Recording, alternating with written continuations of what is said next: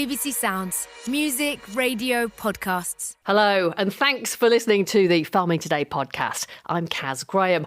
This week, farmers around the UK share their concerns about farming policies and budgets. We're just trying to get a fair portion of the budget for the farming community. This is about outcomes and delivery for the nature and climate crisis, and that requires action on the ground. What the heck's going on at a time farmers are under increased pressure? And how the sniffer dog is the latest tool in the box to help protect our woodlands and commercial forestry from pests and disease. First, though, all this week on Farming Today, we have been digging into winter veg. Delicious. Parsnips, carrots and sprouts are all firm favourites. But what about a relative newcomer? A bit of tender stem broccoli. For farmers who grow it, it's labour intensive, but it's high value. MWW Farms in Worcestershire planted 30 acres of tender stem 10 years ago. Now they're growing around 900 acres. They rely on seasonal workers to harvest it, who come from overseas on 6-month visas. Alex Bayliss is the farm operations manager, and Rebecca Rooney has been to meet him and see the harvest. That's the snap of tender stem broccoli. Yeah, so that means it's basically really fresh. You hear it's a nice crunchy sound when you bite into it. It's my favourite way of eating it raw. And we're in a big field surrounded by tender stem, and scattered across the field are teams of pickers, because this is quite a labour-intensive crop. Yeah, so we employ about 120 staff just for tender stem. We've dropped down to about 90 now. So they are working 6 days a week, and they'll stay here until the crop finishes, basically, which is the start of January. My name's Simon Barnett, and I'm head of growing for MWW Farms. Tender stem is quite a unique product. There's only 6 or 7 growers in the country that have licence to grow it, because it's a registered trademark, the same as Pink Lady. And does that mean that it's expensive to grow? The seed cost is much higher, and the growing costs would be more than conventional broccoli. The tender stem crop plant was bred by a Japanese company, therefore there's only a number of companies that are allowed to grow it under licence. A skilled picker, as we've got here, is just going through the crop with a small knife and very quickly and efficiently picking about 3 or 4 stems per plant, pops them in a bag, pops it in a crate, and then here's the tractor that'll collect all the crates and take them to the pack house. Now, Alex, why is tender stem broccoli so labour intensive? So tender stem is picked between 8 and 12 times per crop. So we'll come in here 10 weeks after transplanting and do the first harvest. And then we'll come in between 3 and 5 days later and pick it again. And we'll do that 8 to 12 times. The skill to harvesting it is knowing what to pick and what to leave. If they're taking stuff that's too small and out of spec, that's then lost. And they could have picked it and got it in spec in the next pick. Where would most of your staff be from? We've sourced a lot of staff from Uzbekistan, Romania and Ukraine, but getting returnee staff back is key. We aim for a 90% return rate on staff year on year. And it's piecework, so a skilled picker could earn how much in a day? So in an 8-hour day, a skilled picker could earn £250, £300 a day. So they can earn a lot of money, but they have to work for it, and they know that. And skilled labour is worth the reward, and we're not afraid to pay people a good wage if they're good at their job, basically. I mean, that is a very attractive rate of pay. You work hard, you get paid well. How come you're not able to attract staff locally to pick this tender stem? UK people don't have it in them, quite simply. If you compare it to the staff we've got in here, they wouldn't have the work rate, they wouldn't have the get up and go attitude that some of these guys have got. We tried it in COVID, but yeah, we just got absolutely nowhere with them. That's Alex Bayliss, and all next week on Farming Today. That's the programme that goes out weekday mornings here on BBC Radio 4 at 5:45, or anytime you fancy on BBC Sounds. We're going to be looking at farm labour, from how overseas workers are recruited to how they can be at risk of exploitation, and much more too. Well, even though winter vegetables may seem a simple staple, developing new varieties takes a lot of time and a lot of money. Commercial seed and plant breeders invest millions every year in developing new traits, either to improve eating quality or to make the veg easier to grow. Anna Hill spoke to Dr. Jamie Claxton, who's Director of Research and Development at Tozer Seeds. Innovation is really important in the whole veg industry to keep people interested, to add value to products as well. I mean, we have a relatively new product called Kalettes, which we've also trademarked, which is a cross between Brussels sprouts and curly kale. And trademark adds value to the product, protects your IP to some extent, because they say there's a big investment to actually develop a new variety of veg.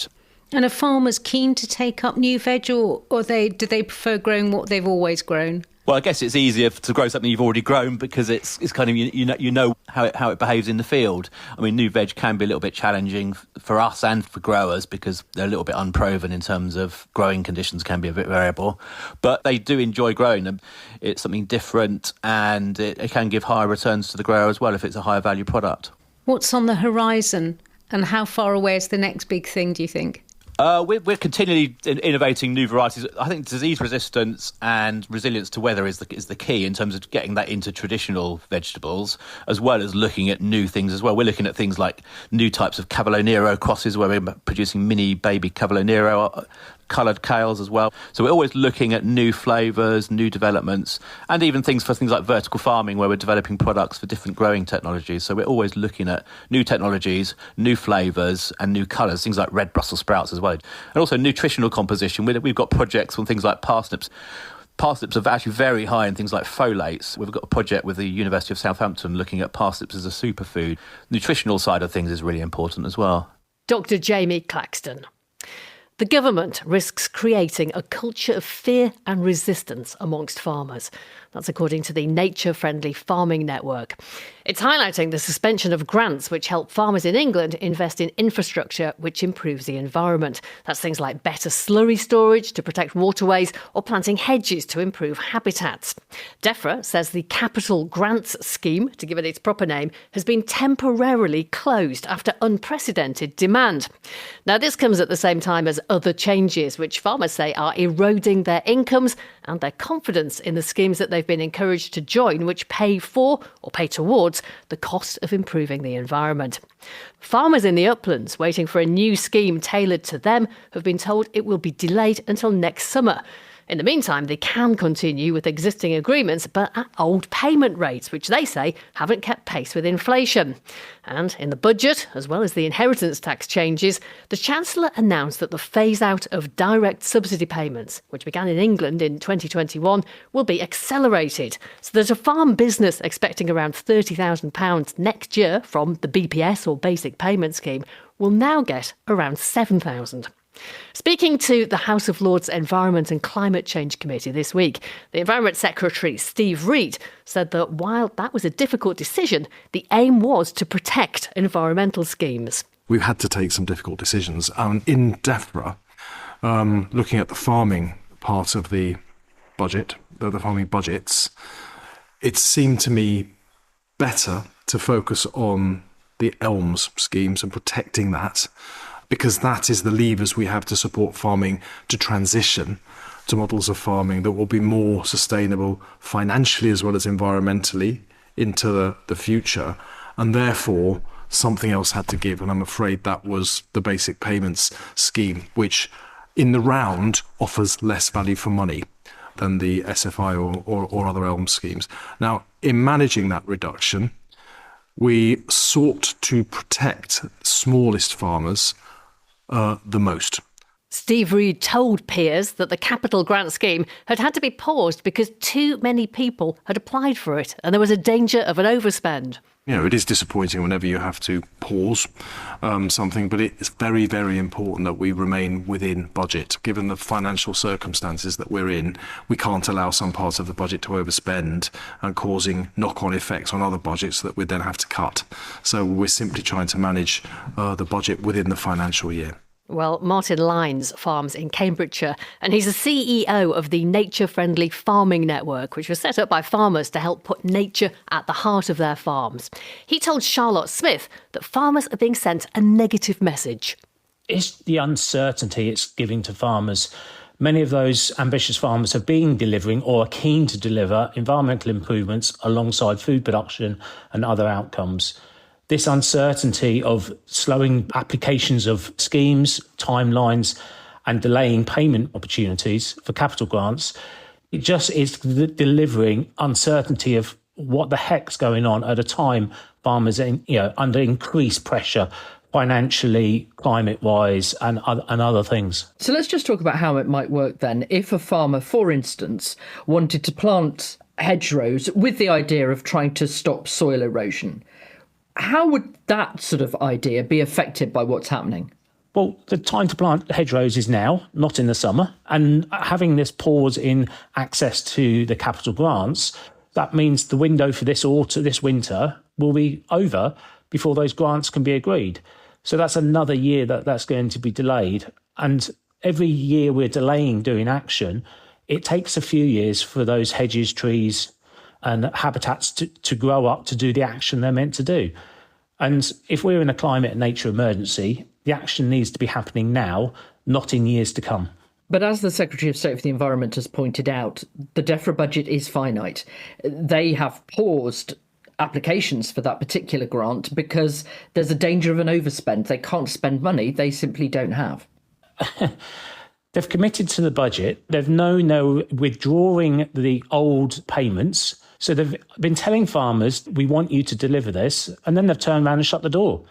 And it really sends a real negative message to farmers saying, we're going to keep changing the goalposts if you're too ambitious in joining these schemes and delivering the outcomes the government and public money for public benefit wants to deliver, we're going to hold you back and actually say, no, we've changed our mind again.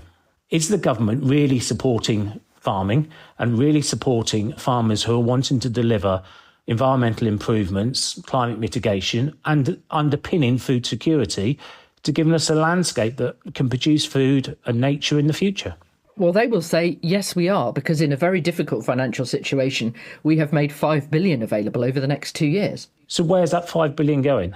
And if nature and climate and these targets are priorities, what other things can they move within their budget to support farmers who are wanting to deliver that? Martin Lines. Well, meanwhile, this week, the Welsh Government has backed down on its policy to insist that farmers put 10% of their land into woodland. The change came after farmers demonstrated against the government's plans for its Sustainable Farming Scheme, or SFS, which replaces the payments to farmers under the old EU Common Agriculture Policy. A consultation by the Welsh Government on changing the SFS ended last March, and a new version was launched this week. The reaction has been mixed. It's been welcomed by farmers, but the Wildlife Trusts for Wales says that the changes create a weaker plan for the environment, which doesn't deliver for wildlife. And Alexander Phillips, Policy and Advocacy Manager for WWF Cymru, said that the change on woodland planting could mean failure to reach climate change targets. What happens if we're in 2 years, 3 years' time, not much has been planted? And what's the government going to do? Is it going to change the payment rate? Is it going to return to the mandation issue? Because ultimately, this is about outcomes and delivery for the nature and climate crisis. And that requires action on the ground. And if we're nowhere near meeting our 2030 targets when we're halfway there, then questions will be raised as to whether today was the right decision or not. Alexander Phillips. Well, the SFS still includes previous ambitions of supporting sustainable food production, rewarding farmers for mitigating climate change and enhancing the environment. Deputy First Minister Hugh Iranca-Davies is also Secretary for Climate and Rural Affairs in Wales. Anna Hill asked him how, without the 10% woodland, Wales will now reach its climate change targets. You do it in a very different way, and it's working with not only the evidence on carbon sequestration and what trees can contribute, but you work with the behavioural sciences as well about bringing people with you. So the way we've structured it now, different from saying a nominal or arbitrary amount on every farm, because we know some farmers will want to go even further and faster. Some will have a challenge. So we set a target for the whole scheme, and we've got to work through the detail of what that target is. And then you actually, on each individual farm, have a plan of how to achieve progress with that in year 1, year 2, year 3, year 4, year 5 of the first 5 years of the scheme.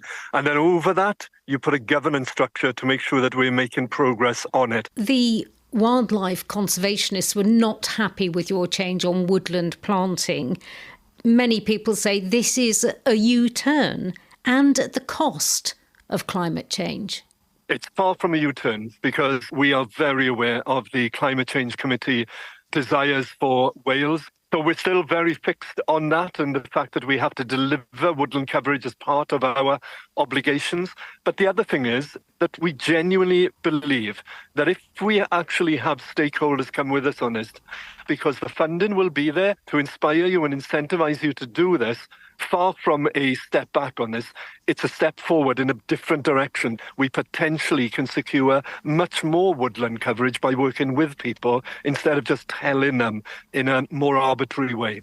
You say you're winning hearts and minds. However, you also have to give farmers enough money to carry out these schemes. You have pulled some schemes together as one, which were separated. You've reduced the number of schemes. But will the funding be there?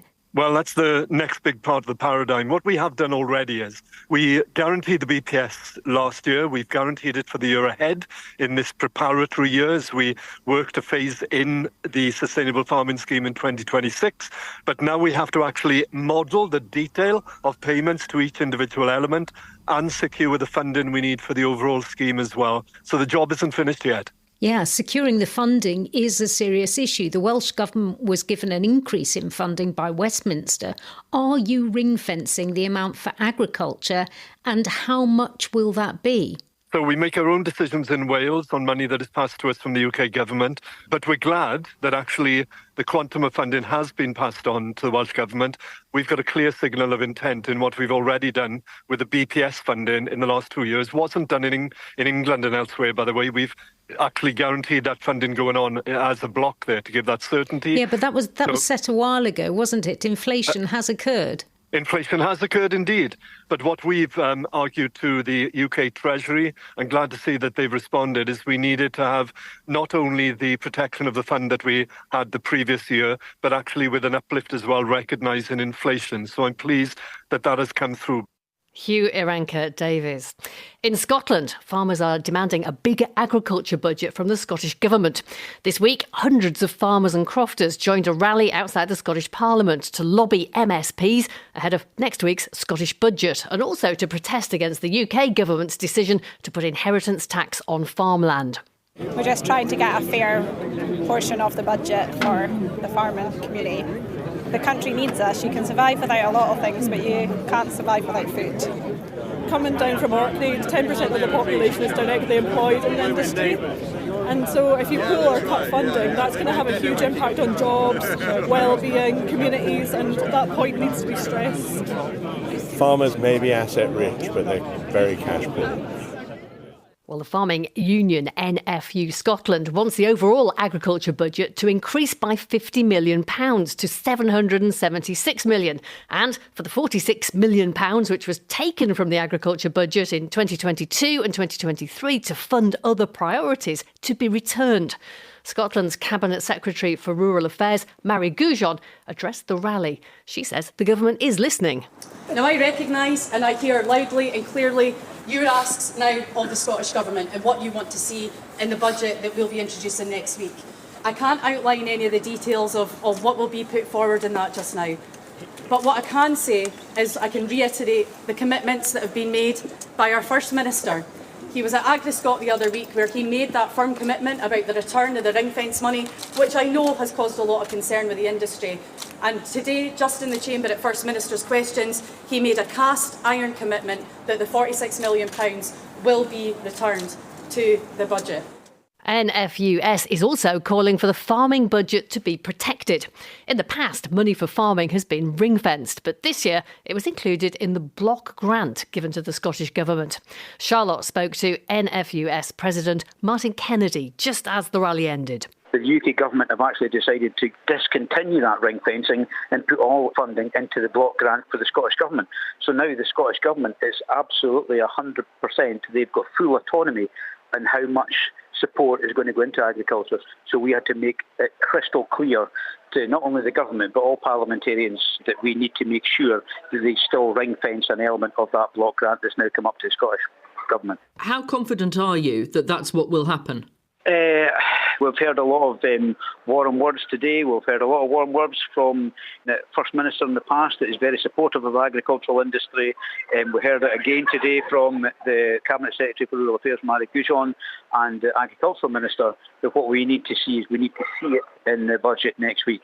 The government may be sympathetic, but you are now competing, since Brexit, with all the other things that the Scottish Government has to spend money on. How do you argue that agriculture needs this budget? And actually, you're arguing it needs a bigger budget. If we don't have the ability to produce food in the manner we've become accustomed to, with all the health benefits it brings, with the growing standards we have, with the animal health and welfare standards we have, if we don't have the ability to do that and do it profitably, we will simply not do that. So when it comes to our ability to have affordable food, then if we can't produce it, the people that are going to be worst affected are those that's most vulnerable. Martin Kennedy. Well, that's probably enough of farming politics for one day. I am sure we'll be returning to it next week. We're going to end today's programme, though, with a very clever dog called Ivor. Ivor is what's called a detection dog, and he is sniffing out disease in trees. It's hoped that Ivor and other sniffer dogs could play a key role in maintaining UK biosecurity and reduce the threat of serious pests and diseases that damage woodlands and commercial forestry. He's being trained as part of a collaboration between forest research and canine-assisted pest eradication. Nicola Spence is the UK's Chief Plant Health Officer, and she's been telling me about the specialist training Ivor's nose has had. Well, we know that dogs are incredibly intelligent, and they've been used for all sorts of other tasks to sniff out disease and drugs and so forth. So we thought, how could we train a dog to help us sniff out plant pests and diseases? So what we do is we start off in a laboratory setting, and we get samples of our target pest, as well as control samples that don't contain it. And what we found is the first time we challenged him with some Phytophthora ramorum samples in sterile water, we had a 100% success rate. And then we started to make it a bit more challenging for Ivor, introducing the pathogen in muddy pond water, which also had other pathogens in it.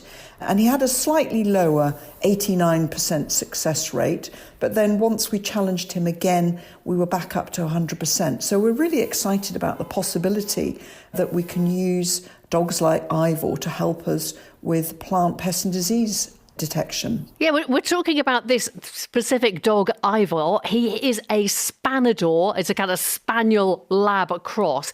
And this disease that he's being able to sniff out so well, what does it do and what does it affect? Well, Phytophthora ramorum is a highly destructive organism called a water mould. It's a quarantine pest, and it can cause extensive damage and death to more than 150 plants and tree species, including some forest species. So we're taking robust management action against Phytophthora ramorum, including things like removing alternative hosts such as larch and Rhododendron ponticum. And we are able to sort of stop the spread of this Phytophthora ramorum. But we need to know where it is. So we're thinking that Ivor and dogs like Ivor could help us with our surveillance and our monitoring so that we can keep on top of Phytophthora ramorum. So how excited are you about what else Ivor and his little pack of dogs, sniffer dogs, could also detect? Well, I think dog detection has got great potential. In fact, we borrowed some Austrian dogs back in 2012 when we had our only outbreak of Asian longhorn beetle, and those dogs helped us to get on top of that and eradicate that. So we know that there's potential, and we're already looking at some of other targets that we're concerned about, such as Ips typographus, the 8-toothed spruce bark beetle, where we've had several findings in the southeast. So we think there's great potential, and we want to continue to invest in this work. So, for example, we have to think about how could we use dogs such as Ivor in an operational setting when there's lots of other smells. So that will be part of our future work, trying to train dogs such as Ivor to help us in our battle against plant and tree pests and diseases. And have you met him, Nicola? Have you met Ivor? I haven't. I've seen videos of him, and I would love to meet him. He's 6 years old. He looks fantastic. So I hope to meet him during the course of our work. That's Nicola Spence, the UK's Chief Plant Health Officer. And that's all from us for today. I'm Kaz Graham. The producer is Beatrice Fenton, and Farming Today this week is a BBC Audio Bristol production. Have a good weekend.